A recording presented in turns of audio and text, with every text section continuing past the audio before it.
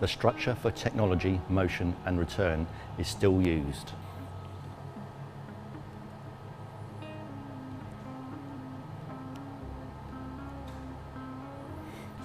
T3D1, the plunge cutter, is now used. G96 S220 M03 F0.15, changing the spindle speed and feed rate.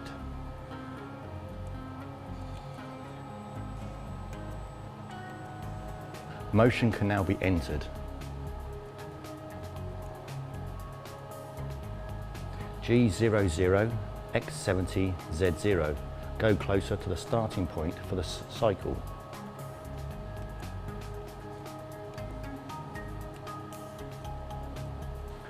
To open the groove cycle, press turning,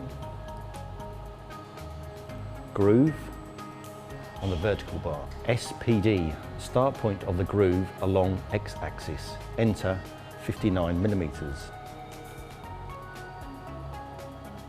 SPL, starting point along longitudinal axis, enter minus 97.5.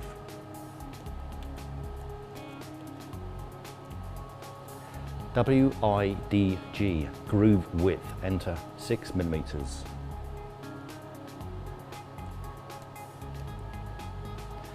DIAG, groove depth, enter 3 millimeters. STA1, inclined angle, enter 0. ANG1, right flank angle, enter 15 degrees.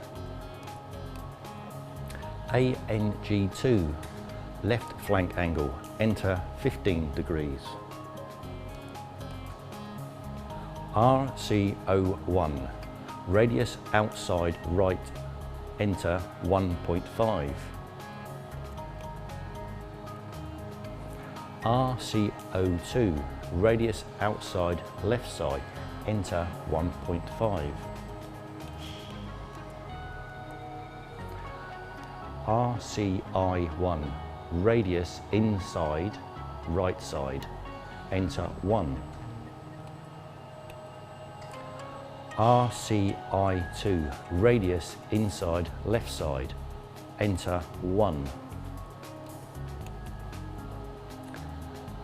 Within RCO and RCI, if you want to have a radius, use a positive figure, and if you want to have a chamfer, use a negative figure.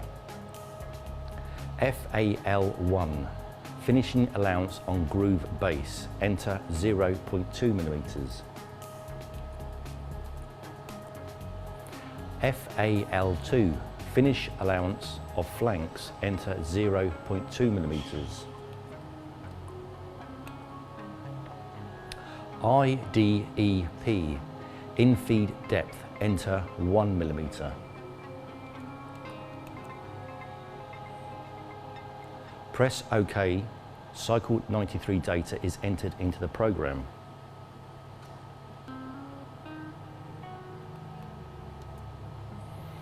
After that, go back to the return point. G00 X150 Z200, rapid movement to a safe position. M30, program reset. This program will produce the right-hand end of the component up to the groove. Another program for the left-hand end of the workpiece will have to be created and will be shown later.